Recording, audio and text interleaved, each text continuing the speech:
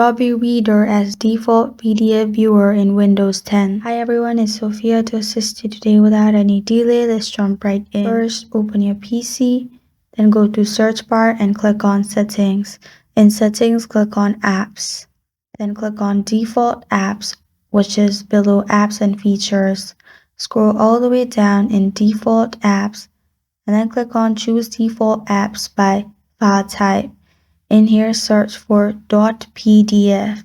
After that, you'll find Choose a Default option. Simply click on that.